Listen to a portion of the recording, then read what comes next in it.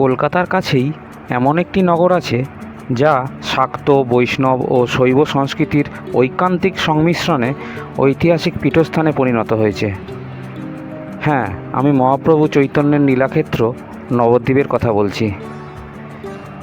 নবদ্বীপ ধর্মীয় ক্ষেত্রের পাশাপাশি সংস্কৃত ও ন্যায়চর্চার প্রাণকেন্দ্র হওয়ায় এখানে দর্শনীয় স্থান হিসেবে মন্দির ছাড়াও পণ্ডিত ব্যক্তিদের জন্মভিটে, টোলবাড়ি, সমাধিপীঠ বর্তমান।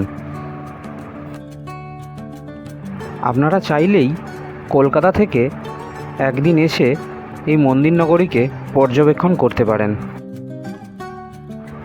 নবদ্বীপ ভ্রমণের প্রথম পর্বে আমি আপনাদের দেখিয়েছিলাম কেশবজি গৌড়ীয় মঠ, সোনার মন্দির, সোনার গৌরাঙ্গ, জগাইমাথায় উদ্ধার মন্দির।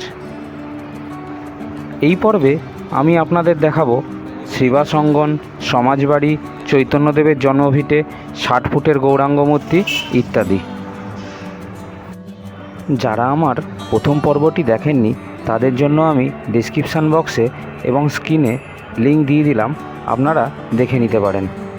আমি আমার বাড়ির নিকটবর্তী স্টেশন আরেকটি ঐতিহাসিক শহর ত্রিবেণী থেকে নবদ্বীপের উদ্দেশ্যে রওনা দিয়েছিলাম। নবদ্বীপকে একদিনে ঘুরে দেখতে হলে আপনাদের সকাল সকাল বাড়ি থেকে বেরিয়ে পড়তে হবে। আমি সকাল 8টার হাওড়া কাটোয়া লোকাল ধরে নবদ্বীপের উদ্দেশ্যে রওনা দিয়েছিলাম। হাওড়া কাটোয়া লোকাল সকাল 8টার সময় হাওড়া থেকে ছেড়ে আসে। আমি এখন চলে এসেছি শ্রীবাস অঙ্গনে। প্রথমে ঢুকেই আমার নজরে পড়েছিল শ্রী চৈতন্য মহাপ্রভুর হাতে লাগানো একটি বিখ্যাত কুল গাছ।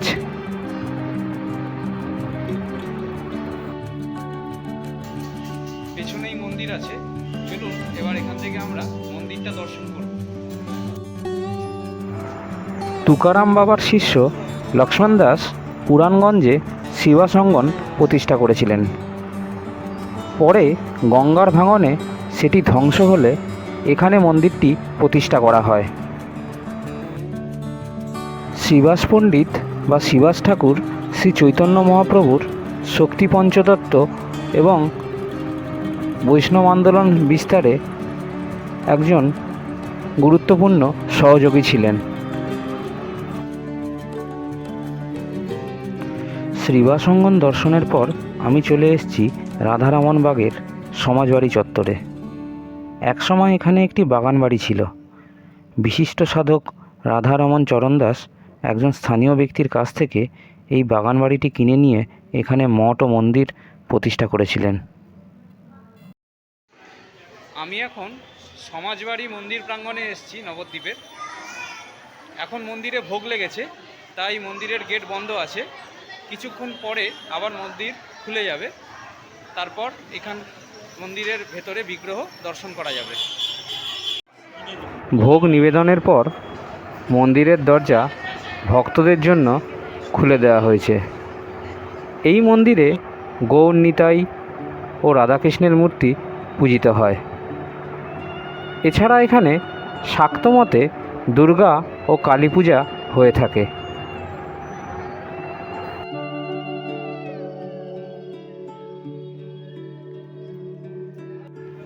বিশিষ্ট সাধক রাধারমণ চরণ দাসের একটি সমাধি মন্দিরও এখানে প্রতিষ্ঠা করা হয়েছে।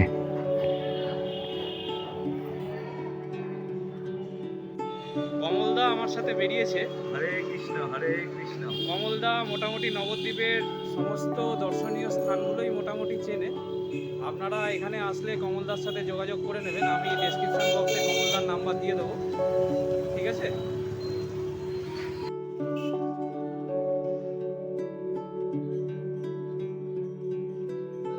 আমি এখন চলে এসেছি চৈতন্যদেবের জন্মস্থানে। জন্মস্থান নিয়ে অনেক বিতর্ক আছে, চৈতন্যদেবের জন্মস্থান নিয়ে অনেক বিতর্ক আছে। সেই বিতর্কে আমি এখন যাচ্ছি না। আমরা এখন চৈতন্যদেবের জন্মস্থান দর্শন করব। চলুন আমার সাথে ভেতরে। এখানে চৈতন্যদেবের পিতা জগন্নাথ মিশ্রেরও বাড়ি আছে, সেটা আমরা এখন দর্শন করব।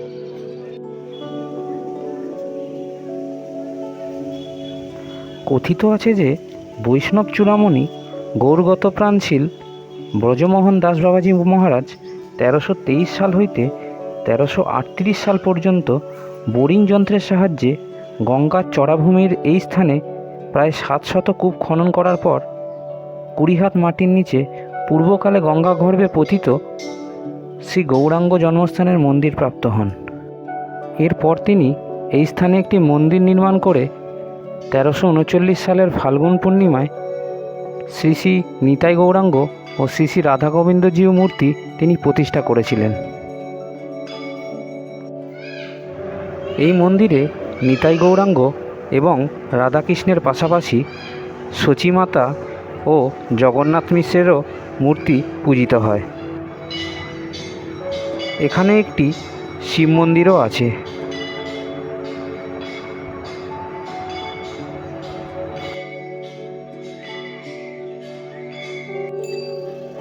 শ্রী চৈতন্যদেবের জন্মস্থান দর্শন করার পর আমি এখন চলে এসেছি নরহরি ধামে। এই ধামের প্রবেশ মূল্য মাত্র 10 টাকা। এখানে চাইলে আপনারা দুপুরের ভোগ প্রসাদ গ্রহণ করতে পারেন উপযুক্ত শুল্কের বিনিময়ে। আমার ঠিক পেছনেই শ্রী চৈতন্য মহাপ্রভুর 60 ফুটের মূর্তি। এটাই বিশ্বের সবথেকে উঁচু চৈতন্য মহাপ্রভুর মূর্তি। দেখুন শুধু, একটু পরেই আমরা সামনে থেকে দেখাবো। এই দেখুন 60 ফুট চৈতন্যদেবের মূর্তির সামনাসামনি চলে এসেছি। আমার ঠিক পেছনেই মূর্তিটি অবস্থান করছে। দেখুন শুধু মূর্তিটা, এক অপূর্ব দৃশ্য। আর পাশেই পেছনেই একটা মিউজিয়াম আছে।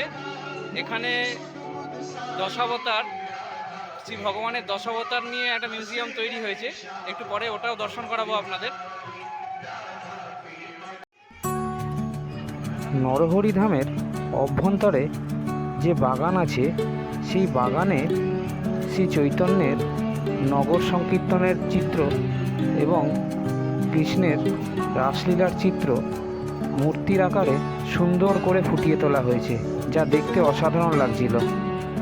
এবার আমি নরহরি ধামের মিউজিয়ামে প্রবেশ করেছি। সত্য, ত্রেতা, দাপর এবং কলিযুগের শ্রী বিষ্ণুর বিভিন্ন লীলার চিত্র মূর্তির আকারে এখানে তুলে ধরা হয়েছে।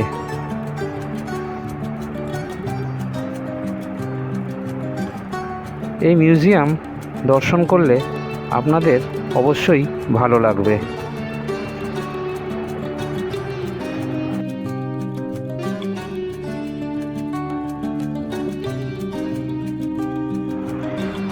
নরহরি ধাম দর্শন করার পর আমি গেছিলাম শ্রী সারস্বত গৌরী আসন ও মিশনে, যা নবদ্বীপের পুরীর মন্দির নামে খ্যাত।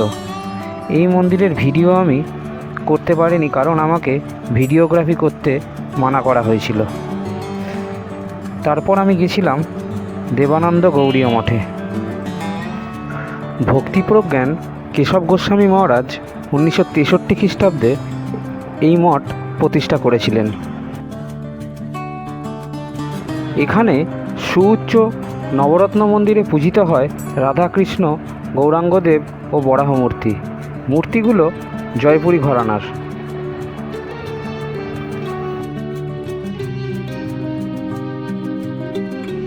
নবদ্বীপ ধামের বেশিরভাগ জায়গাগুলো দর্শন করার পর আমি এখন স্টেশনে চলে এসেছি বাড়ি ফিরবো বলে। ভিডিওটা কেমন লাগলো আপনারা লাইক, কমেন্ট, শেয়ার করে জানাবেন। আপনারা সবাই ভালো থাকবেন, সুস্থ থাকবেন। পরবর্তী ব্লগে আবার আপনাদের সাথে দেখা হবে।